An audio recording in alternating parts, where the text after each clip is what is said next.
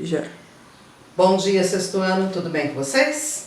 Nós já estamos indo para a nossa 20ª aula online, tá? Hoje é segunda-feira, dia 22 de junho.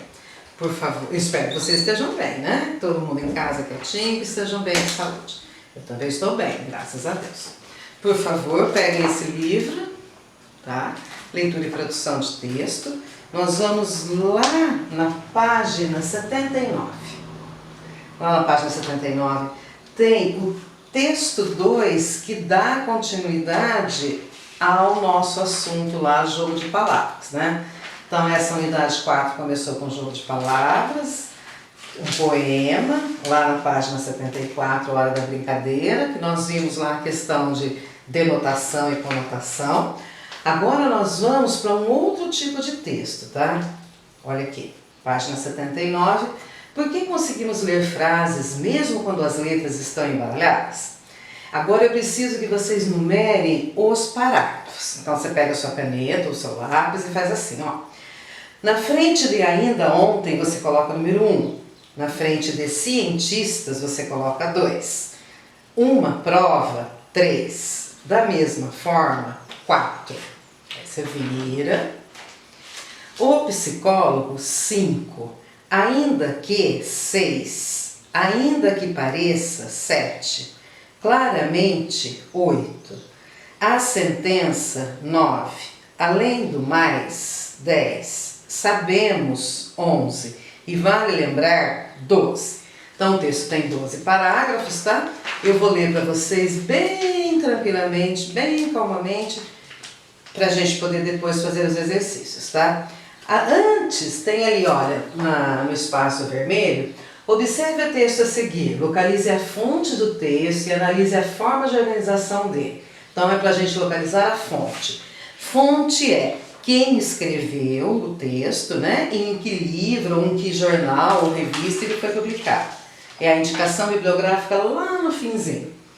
Daiana Jeremias, Mega Curioso, 19 de junho de 2015. Aí está disponível num site chamado www.megacurioso, tá? Escrito por Daiana Jeremias. Que tipo de texto é esse? É uma reportagem, tá? Publicada num site chamado Mega Curioso. Provavelmente esse site fala de assuntos variados que estimulam a curiosidade. Então vamos lá. Por que conseguimos ler frases mesmo quando as letras estão embaralhadas? Ainda ontem, nós aqui do Mega Curioso falamos sobre alguns truques do cérebro humano com relação à linguagem visual. Hoje, voltamos a esse assunto, mas de uma maneira um pouco diferente.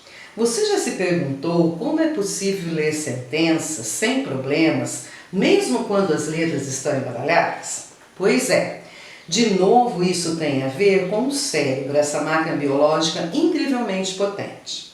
Cientistas acreditam que isso acontece porque o cérebro se adianta na tarefa da leitura e acaba prevendo as palavras, mesmo quando elas estão embaralhadas. Isso nos surpreende, porque ainda que saibamos da potência do órgão da inteligência humana, não temos uma dimensão exata da coisa toda. Uma prova dessa potência extraordinária está na agilidade do nosso órgão pensante. Quando uma pessoa começa a dizer uma palavra, o cérebro já se antecipa na interpretação do som, agindo como se já tivesse ouvido a palavra inteira ou mesmo a palavra na sequência, principalmente quando ela é óbvia. Da mesma forma, acontece com as palavras escritas. Mesmo que as letras estejam fora de ordem, conseguimos entender o recado. Não apenas nosso cérebro decifra a palavra embaralhada, como consegue premeditar a palavra que vem na sequência.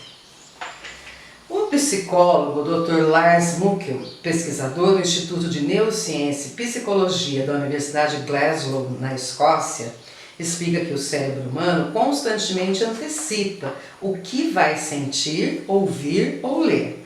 Ainda assim, mesmo conseguindo ler uma sentença inteira com as letras fora de ordem, possivelmente você não leu cada palavra corretamente. Acreditou que leu, no entanto, porque seu cérebro conseguiu preencher a informação e prever as palavras que apareceriam em sequência. Ainda que o cérebro humano consiga realizar essa proeza, nem toda palavra é facilmente decifrada quando suas letras estão fora de ordem. O segredo parece estar em manter a primeira e a última letra de cada palavra no lugar certo. Basicamente é aquela coisa. Não importa, olha aí de novo, tudo trocado, hein? Não importa a ordem das letras dentro da palavra. Basta que a primeira e a última estejam no lugar certo para que você entenda o que está escrito. Ainda que pareça ser óbvio, manter a primeira e a última letra de cada palavra no lugar não é garantia de que a sentença seja lida perfeitamente. Na medida em que usamos palavras maiores e não tão comuns, essa regra parece não ser totalmente correta. Quem explica isso é Matt Davis, pesquisador da Unidade Cognição e Ciências do Cérebro em Cambridge, na Inglaterra. Claramente, a primeira e a última letra não são as únicas que você usa quando lê um texto, explicou Davis, que nos lembra de que, se isso fosse verdadeiro, teríamos dificuldade em ler palavras com o mesmo número de caracteres e que começassem e terminassem com as mesmas letras. A sentença acima, palavras embaralhadas, é de fácil leitura porque algumas palavras como que, não e das nos ajudam a conectar as informações e preservam a estrutura da frase, de modo que seu cérebro fica, digamos assim, com um trabalho mais fácil. É bem possível, inclusive, que você nem tenha reparado que essas palavras pequenas estavam escritas da maneira correta. Além do mais, quando trocamos apenas algumas letras, ordem e other, por exemplo, a palavra embaralhada continua visualmente parecida com a palavra correta. Embaralhar ainda mais, então, dificultaria essa identificação. Sabemos de pesquisas nas quais as pessoas decifram muito brevemente algumas palavras apresentadas em um monitor de computador, cujas letras externas são mais fáceis de detectar do que aquelas que estão no meio, revelou o pesquisador. Vale lembrar que no caso das palavras escolhidas para a sentença embaralhada acima, todas elas são de fácil compreensão e não há palavras cujos caracteres possam formar anagramas, começados e terminados com a mesma letra. Aí fica fácil mesmo. O que é um anagrama? Olha no cantinho aí no quadrinho azul. Anagrama é uma transposição de letras de palavras ou frase para formar uma outra palavra ou frase diferente. Exemplo, na Tércia, se você ler de trás para frente ou se você misturar aí, você vai ter Caterina. Amor, você vai ter Roma. Célia, você vai ter Alice. Proeza, algo difícil de ser realizado, uma façanha não feita.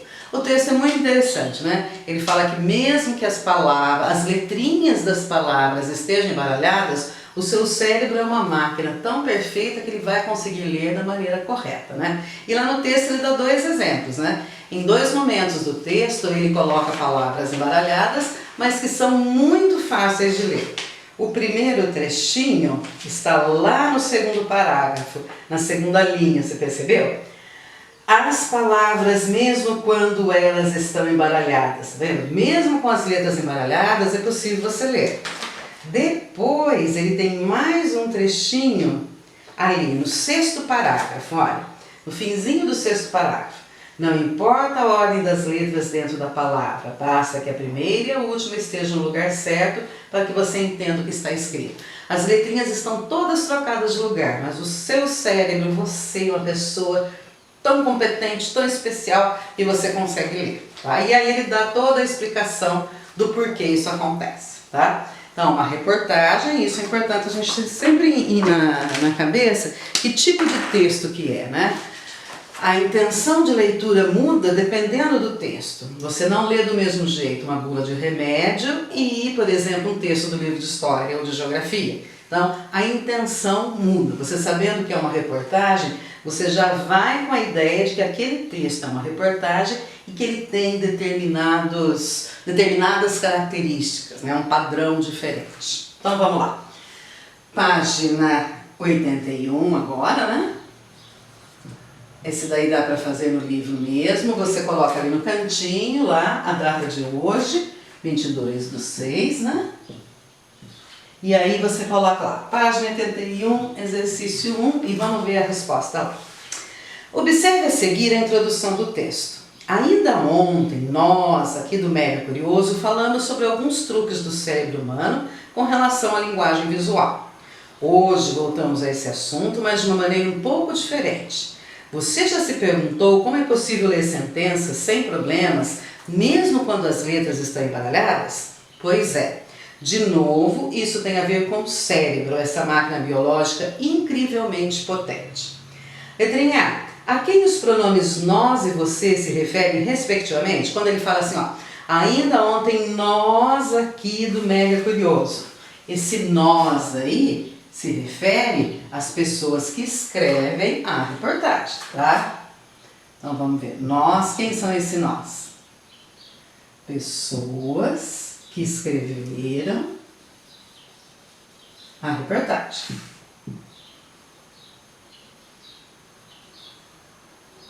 Tá?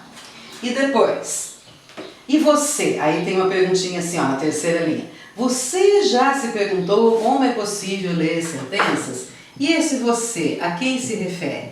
Você é a pessoa que está lendo o texto. Então ele está conversando diretamente comigo ou com você, com nós, né, que estamos lendo o texto. Só que como ele usa você, é no singular, né? Então você é a pessoa que está lendo o texto. Então ele faz uma interação, né? Ele quer que você participe também. E ele fala assim, olha, você. Ele usa o vocativo você, né? Você já se perguntou como é possível? Tá? E o nós são eles que estão escrevendo. Essa daqui é a letrinha A. Letrinha B. Com que intenção parece que esses pronomes foram utilizados na introdução da reportagem? Para deixar mais próximo, né? O autor do texto quer que você perceba que são pessoas que estão atrás de uma reportagem, né? São pessoas que estão escrevendo, pessoas iguais a você, iguais a mim, né? Então é uma questão de proximidade, mostrar uma proximidade. O que quer dizer isso? Mostrar que quem está escrevendo o texto não é uma máquina, não é um computador, é uma pessoa, é um repórter normal, como você, como eu, e que é um ser humano, né? Então, quando ele fala assim, nós aqui do tal, nós quem? Pessoas. Queremos que você quem? O leitor, tá? Exercício 2. Qual é o tema da reportagem? Então vamos lá ver. Exercício 2, você vai ter a opção A, B, C e D. Vamos lá entender bonitinho essa daí. Qual é o tema da reportagem? A. Os cientistas que pesquisam o cérebro humano. B. As descobertas da ciência sobre a memória dos seres humanos. C.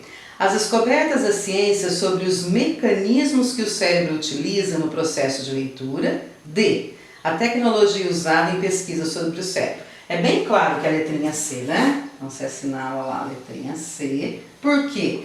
Olha lá. Descoberta da ciência sobre os mecanismos que o cérebro utiliza no processo de leitura. Esse é o assunto do texto, né? Como é que o cérebro faz a leitura de um texto em que as palavras estão embaralhadas? Tá? Então, a letrinha C tem tudo a ver. 3. Releia o título da reportagem e responda. O verbo conseguimos está flexionado na primeira pessoa do plural. A quem ele se refere? Então, volta lá no título do texto e fala assim, ó. Por que conseguimos ler frases mesmo quando as letras estão embaralhadas? Quando ele fala conseguimos, ele está colocando a primeira pessoa do plural. Ele está falando de nós. Por que nós conseguimos? Quem são esse nós? Quem são essas pessoas? Eu, que li, você que leu também, e eles que escreveram. Então, nós quer dizer quem? Eu mais os autores do texto. Então, vamos lá. Opa. Qualquer dia essa lousa vai cair durante a aula. Vocês não vão dar risada, hein? Então, exercício 3. Então, 3A. O verbo conseguimos está conjugado, está flexionado na primeira pessoa do plural, quer dizer nós. A quem ele se refere? As pessoas em geral. Quem escreveu o texto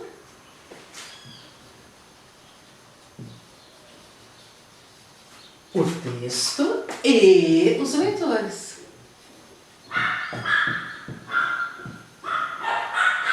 Então, nós. Quem são esses nós? Mais de uma pessoa. Tanto quem escreveu quanto quem está lendo, tá? B. Que efeito...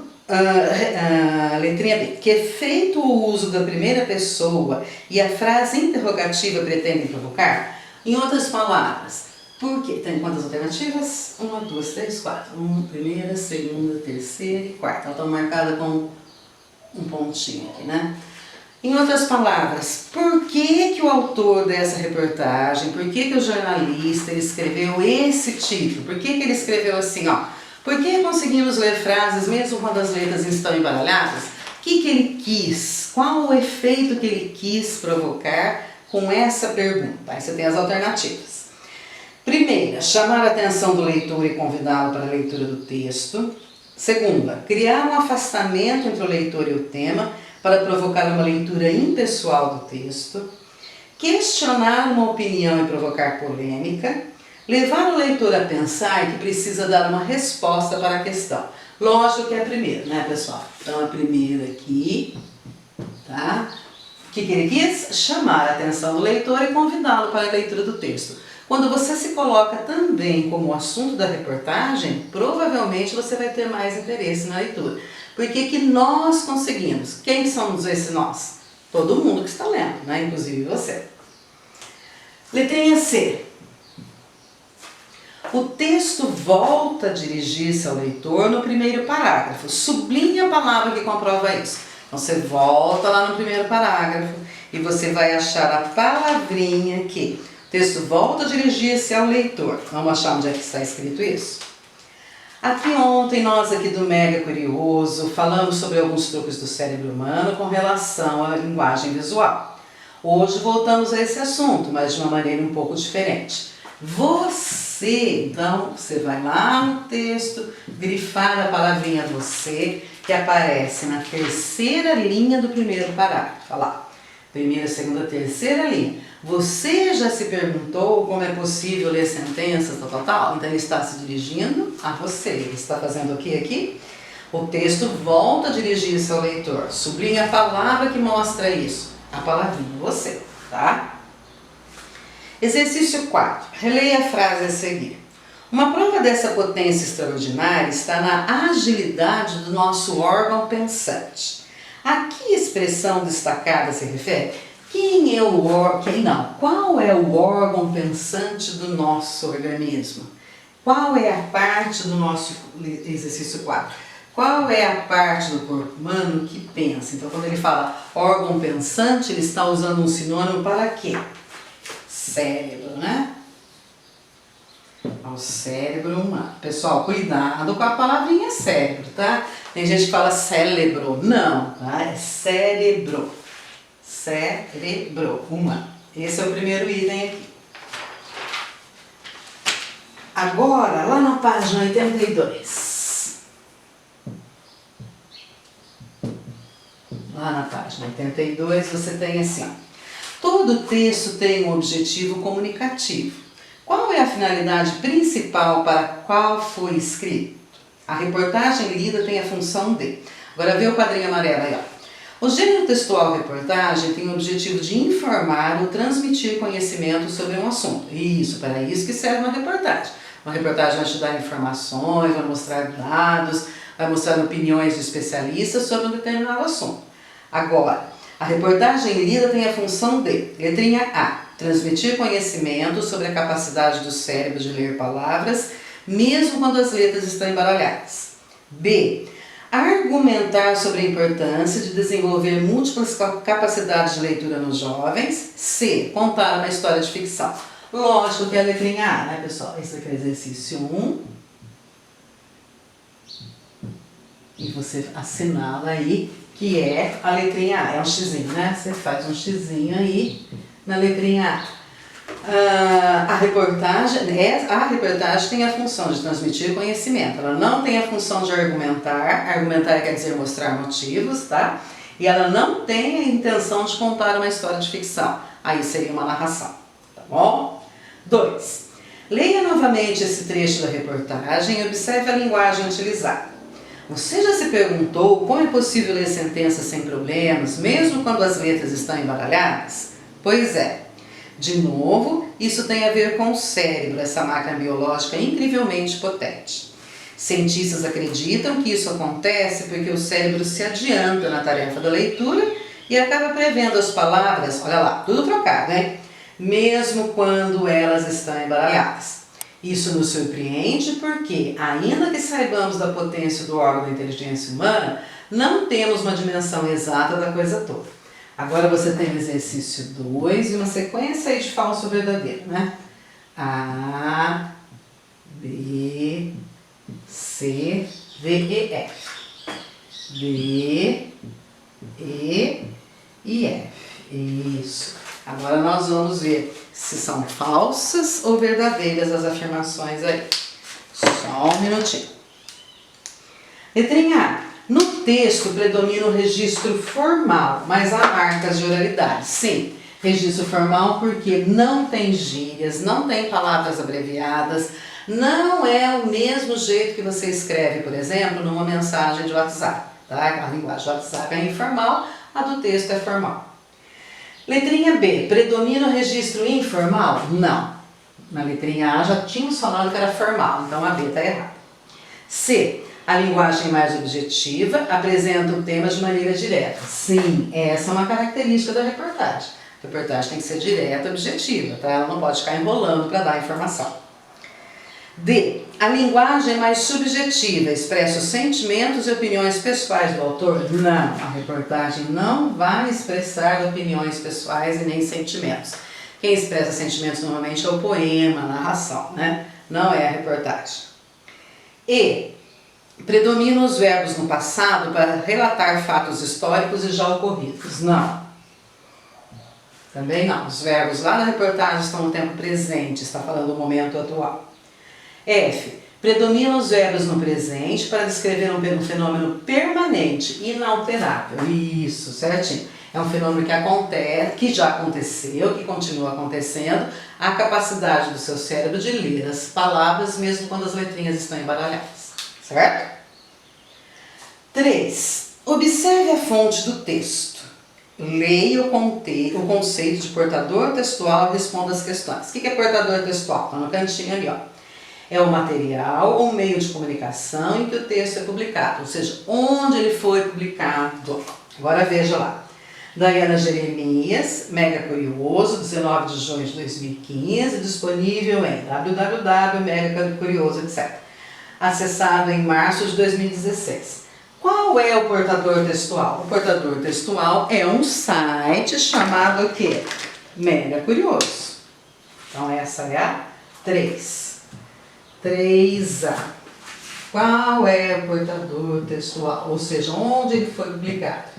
Um site chamado Mega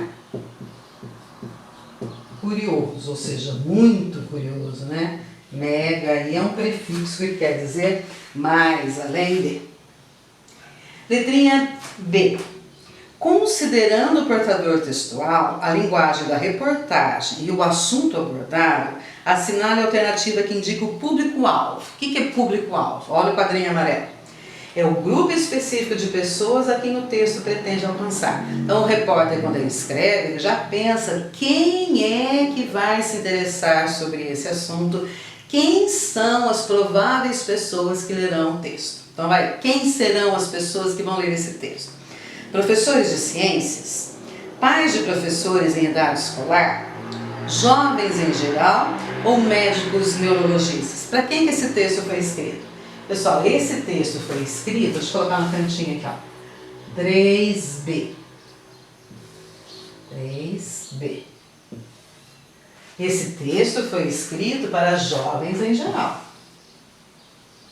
Não foi escrito pensando em médicos, não foi escrito para professores de ciências, nem para os pais de professores, tá? Esse texto foi escrito pensando nos jovens em geral. Então essa é a 3A e essa aqui é a 3B, tá bom?